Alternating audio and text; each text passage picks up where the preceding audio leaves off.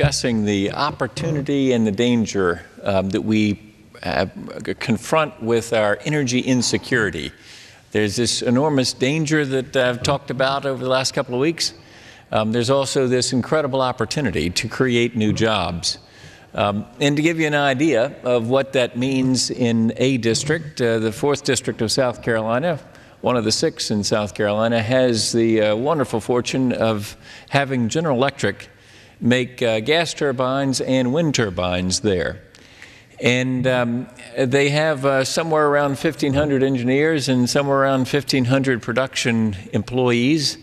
And at that facility, they make these wind turbines. They tell me that 1% of the world's electricity right now is made by the wind. If it goes to 2%, it's $100 billion in sales.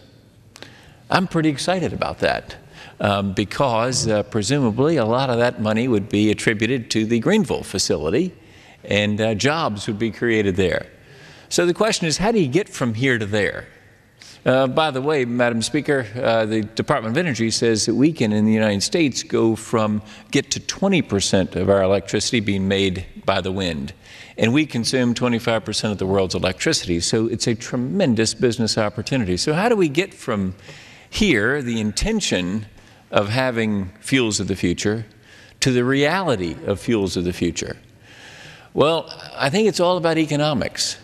It's all about whether there's a price signal and an internalizing of the externals associated with fossil fuels. And that's what I talked about last week here on the floor, is the need to internalize the externals associated with some of our fossil fuels, especially coal, and in the case of electricity, and in the case of the national security risk we're running with petroleum, the externalities associated with what comes out of our tailpipes, and the national security risk associated with what we put in the gas tank.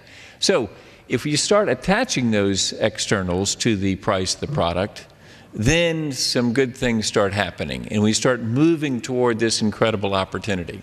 So the opportunity at hand for us in a place like Greenville, South Carolina, is to create jobs by having a price signal sent through the marketplace that coal, for example, is no longer going to get the freebie that it's gotten.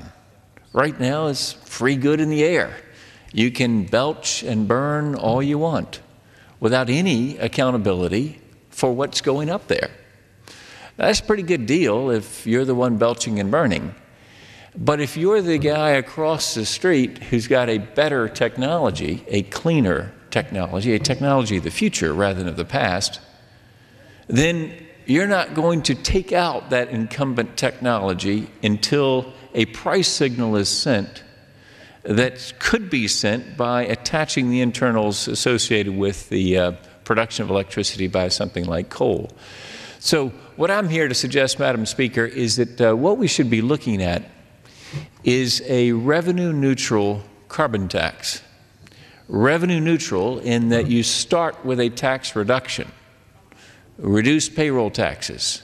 In fact, I'd like to eliminate them, but reduce payroll taxes is a first step. Second step, apply a transparent tax to carbon. The result would be that no additional taxation would be coming to the U.S. government.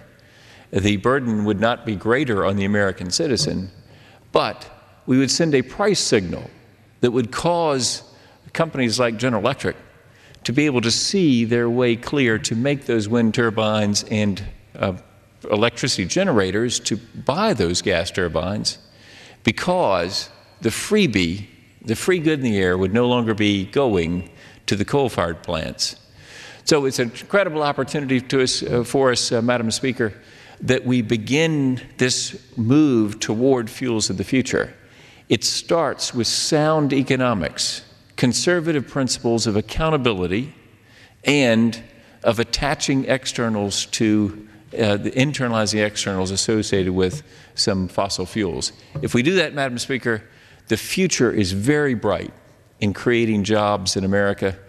And I'm very excited about that and look forward to talking about it more with my colleagues as we go forward, figuring out a way to break this addiction to foreign oil and to power our lives in cleaner and job-producing ways.